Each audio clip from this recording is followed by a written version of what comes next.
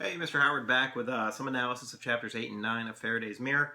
Um, Chapter 8 and Chapter 9 are, of course, the chapters where they turn the mirror on. And so we've got, if you want to call it the second part of the story, the second sort of um, initiating event, if you want to call it that. I mean, the mirror hasn't been turned on up until this point. This is kind of exciting.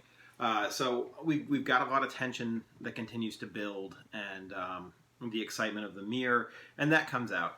Chapter 8 is called Mirror, Mirror in the Tub. That's an allusion to Snow White and Mirror, Mirror on the Wall, obviously. It's just sort of a tongue-in-cheek sort of fun thing. I try and do that with my chapter titles to make them intriguing, make them interesting.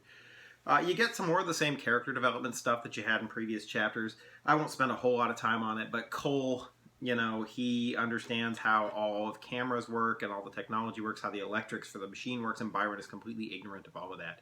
He doesn't get that magnetic tape wouldn't go through a magnet very well, or the reasons why digital's better, or, how Cole had to separate the electricity onto two separate circuits in the house so that he could get enough power. Like, all of this stuff is sort of beyond Byron. He's not interested in it. But we do also get, Byron being intelligent in a different way here.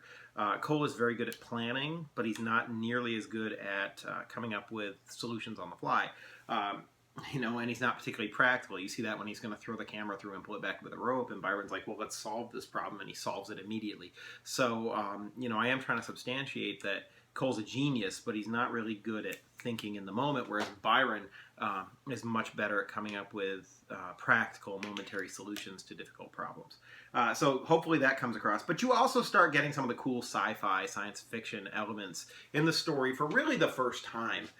They've been hinted at, they've been mentioned, but we see the mirror turned on for the first time. It's sort of like the translucent nature of it, how you see your own reflection, but you see through into this other world. We get the idea that the other world is oriented perpendicularly to this world. We call it a perpendicular dimension, as opposed to a parallel dimension. I don't really know what that means. Cole doesn't know what that means, but that's interesting.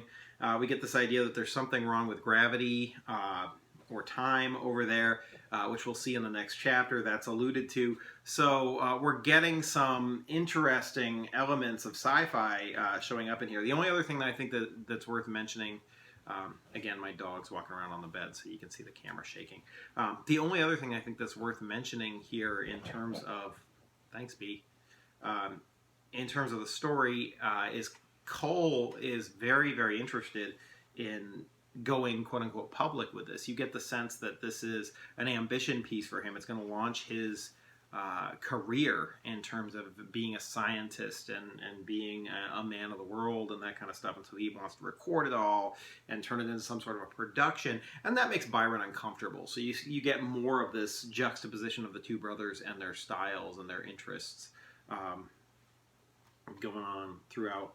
So I think that's it. I guess I did make it look on the other side of the mirror very much like Montana or Colorado. I laid a seed for that with the trip that they were going to take this summer, and so that's sort of coming to fruition too.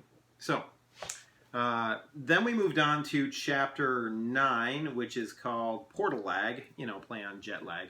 And they go into the garage and they get the roof rake and they're going to attach it to there. Byron comes up with the idea of duct taping it because his original plan didn't work out real well. And then they stick it through and they do this 360 degree look at the area, and everything's sped up, right? So now we're getting another sort of sci-fi element in the story that is really important to how the mechanics of the rest of the story is going to work. It turns out that time is 5 times slower on the other side of the mirror than it is on this side of the mirror, which allows you as a reader to start doing some interesting calculations. If it was 150 years ago that everybody, theoretically Victorians, went across, then are we talking 30 years? Is that how long it's been on the other side? That's a much shorter period of time if you cut it by a factor of 5. There's that, some things like that going on here. So we've got we've got sort of their continued experimentation. We got a reference to Back to the Future when you're dealing with time. It's nice to sort of make some references, some allusions. You've also got the idea that Cole is much more willing to sacrifice those that he loves, his dog, to the idea of science. He sends Harold through this mirror, and that's I wouldn't do that, and Byron clearly wouldn't do that. And so Byron, of course, comes up with a solution to get him back, if in need. Again, showcasing his in the moment decision making skills. So then we have this quick scene, which I think foreshadows next chapter and continues to build. B, will you stop knocking everything on the bed? Just lay there. All right, it's my dog, Miss Bennett. You gonna say hi?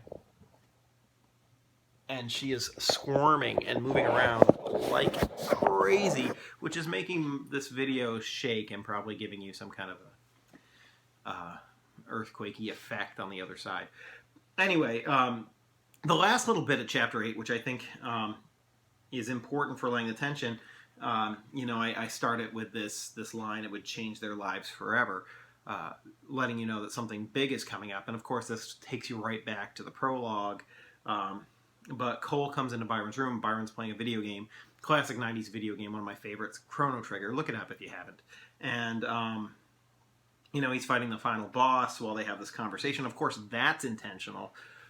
He dies facing the final boss, by the way. Everybody gets wiped out. And so, of course, that's laying some tension and maybe some parallel structure and hinting at things to come. Especially since that's a time-hopping, time-travel little portal video game, which we mentioned earlier. So that's a sustained illusion that continues throughout the story. But Byron is getting ready to be prepared just in case something goes wrong, whereas Cole is like, hey, let's take an American flag and take some samples, and we'll treat this like a moon landing. And they're talking about tomorrow, and Byron says, hey, we should tell Mom and Dad about this. And Cole says, tomorrow after dinner. And that's the end of the chapter. So